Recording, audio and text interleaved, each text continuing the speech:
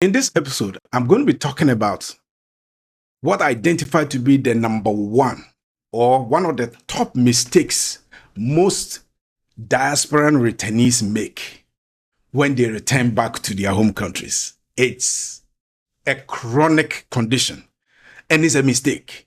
I went through that myself. So I would say I'm a testament to the effects of this mistake. That mistake is looking to get your first business, looking to get or secure a government contract.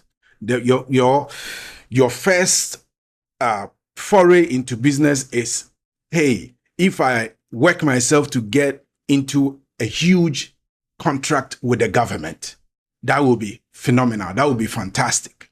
And I know your heart. Your heart is not because you are greedy or because you are cutthroat capitalist. There's nothing wrong with that anyway. But this is, for me, this is the mindset. When you've lived in a developed world for many years and you've worked in big corporations, like let's say you work in Fortune 500 companies, or if it's the UK, it's the FTSE 100, or any such big environment, and you've been there for a long time. You've lived in a country that is classified as a huge economy, like European Union, United States, and other places. You tend to think in terms of leaps and bounds. Your mindset is not small. Your mindset is big. So most of the time, when you want to start a business, you are looking for things that will that will produce higher leverage. I get all of that. So then fast forward, you come to your home country. In your home country, let's say you live in the United States, where the population is over 300 million. Then you relocate back to Ghana, where the population is, say, 30 million. All of a sudden, you are looking at, yes, you want to build something, but the opportunity pool is smaller.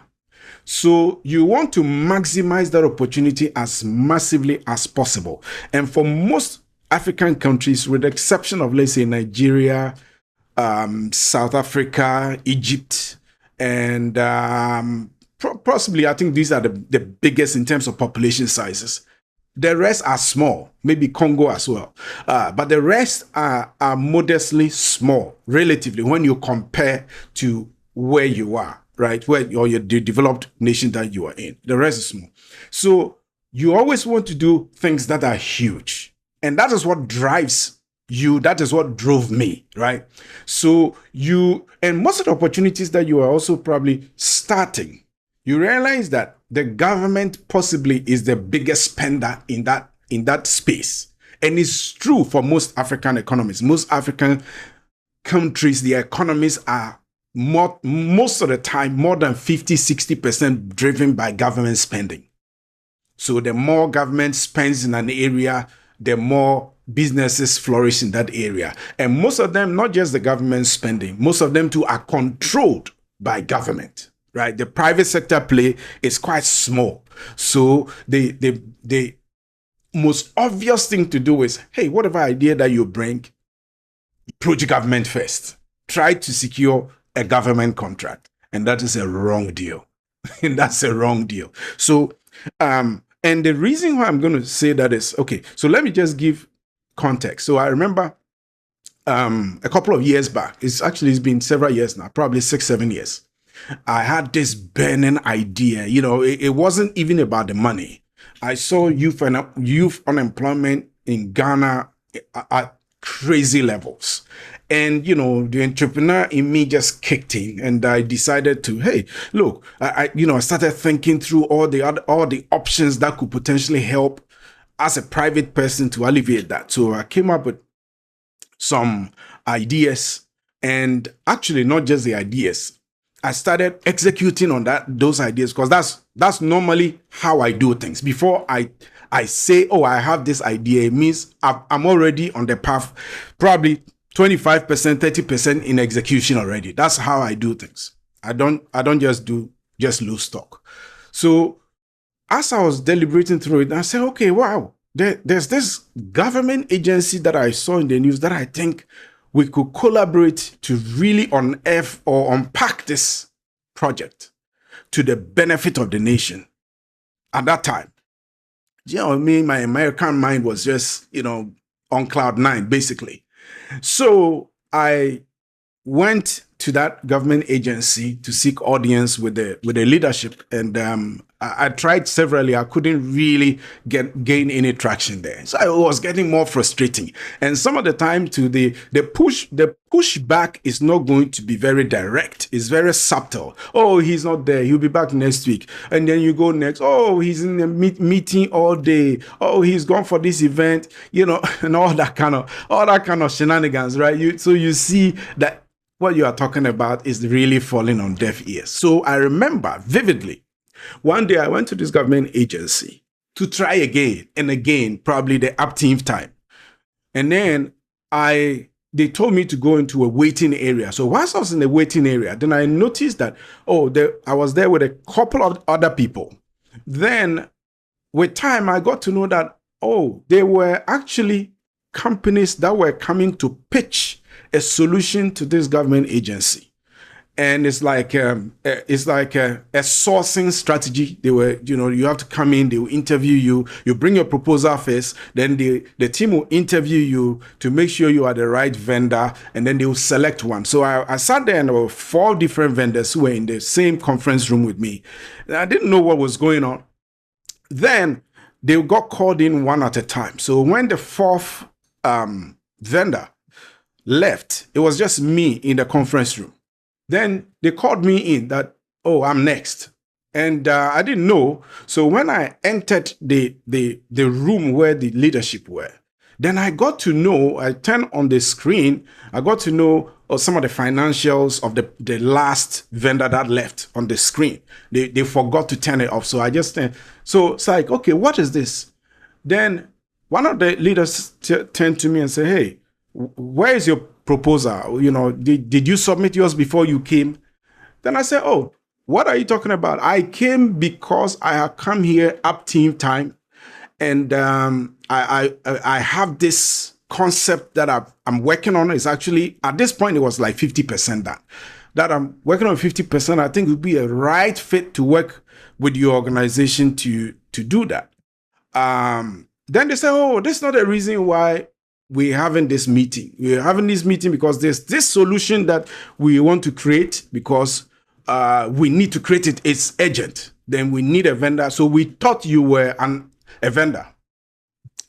Are you interested in connecting with expert professionals from the diaspora community? We've built something special, a platform called Find Diaspora Experts. This platform helps you connect with top-tier African diaspora experts to get advice over a video call.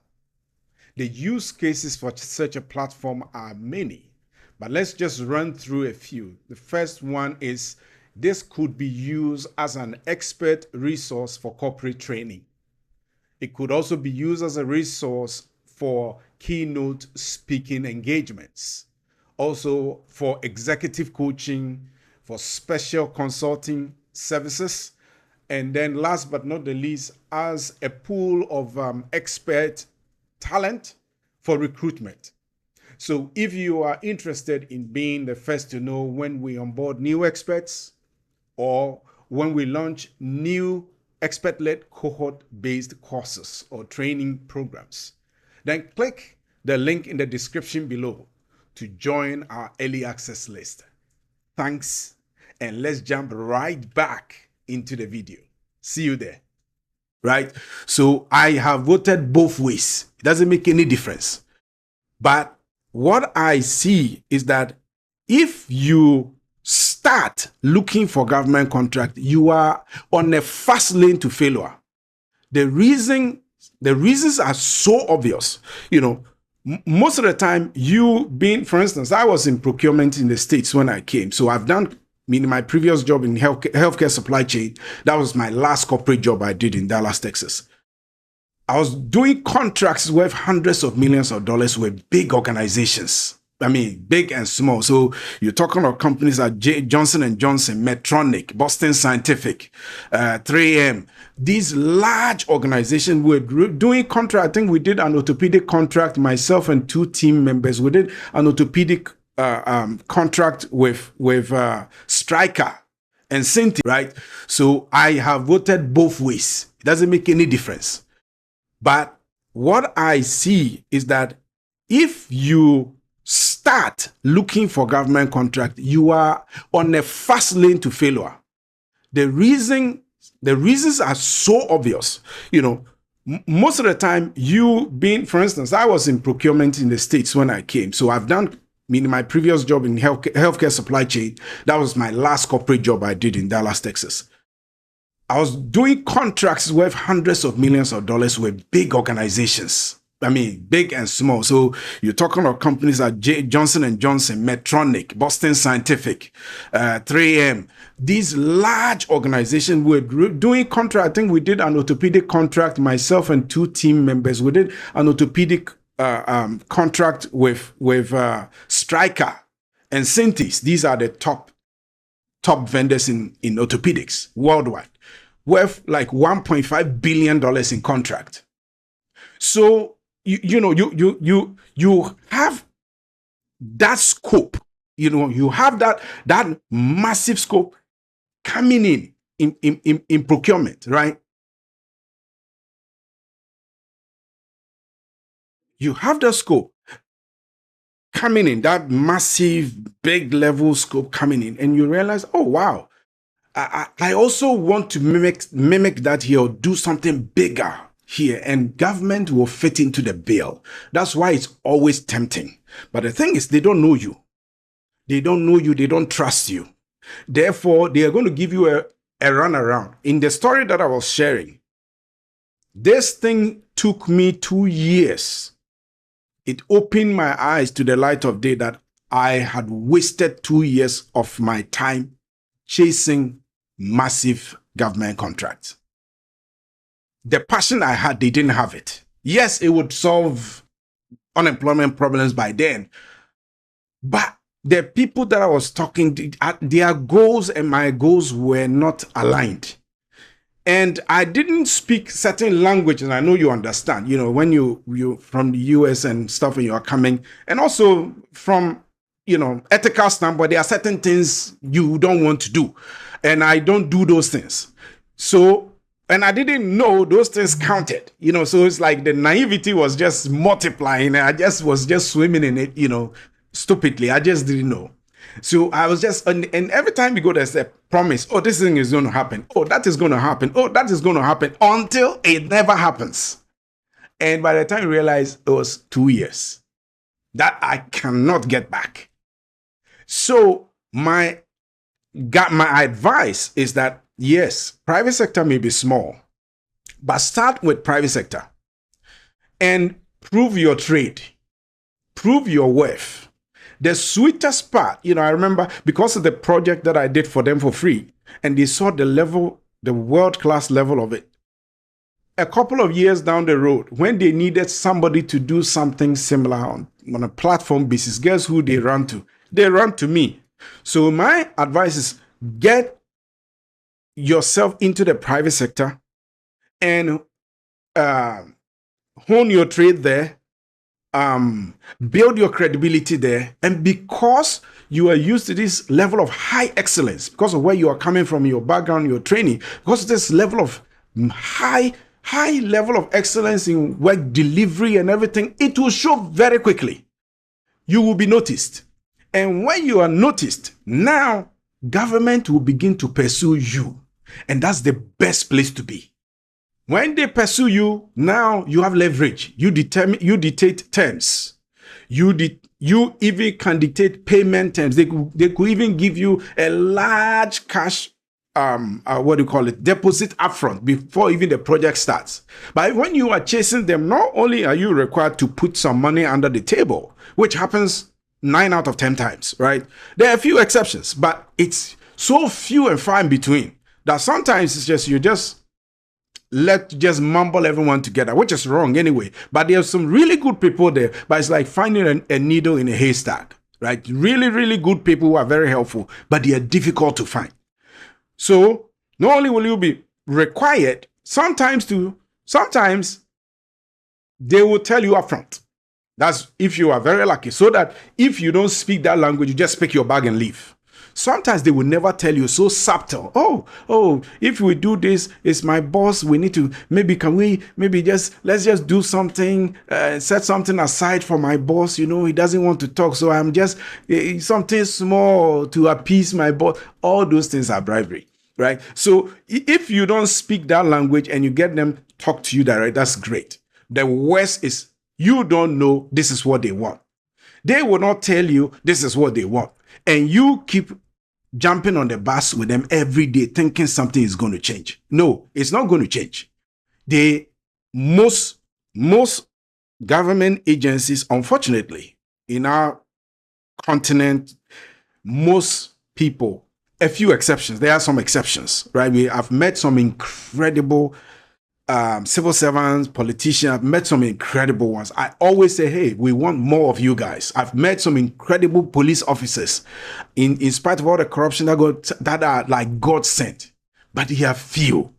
So most of these people, it's going to be most of the ones that you're going to see before you find the good ones are going to be guys who just want to say, hey, what's in it for me today? And your business may not be able to support that language. And also, there's even no guarantee that if you give them what they want, they will do likewise for you. There's no guarantee at all. So the best thing is focus on the private sector. Build your niche very well. Dominate that niche. Do excellent work because not many organizations here do excellent work. Do super world-class excellent delivery. Be on point with your delivery, with your clients, with your customers. Treat your employees well. Word will go out with your name. And at that point, government will come. And when government come, other governments will come. And you have all the leverage to build. And most importantly, you would have saved yourself a lot of time and a lot of headache, unnecessary headache that you will go through chasing these kind of contracts. There's a lot of money on the table in the private sector. Yes, you have to work hard for it. But if there are people who work very hard, I say there are diasporans who have worked very, very hard. If you go, as you were going to school, you were doing 2 or 3 jobs. After school, you did everything, work Walmart, Home Depot, and all those kind of places, multiple jobs before your first corporate gig, right? There are people who even have their corporate gig and also have some side gig as well. So you guys, or you, as a matter of fact, are one of the most hardworking souls on planet Earth. So why don't you do the same thing when you relocate here or when you start something here? Do the hard work. Do it in the private sector. Wear your badge of honor. And then with time, be patient. Be patient. Don't rush. Be patient. With time, if you need to work with government, they will come knocking your door. And you will not have to pay any premium under the table because they need you. And when they need you, that's the best place to be. Thank you. And we'll talk again, or we'll see me again in the next video.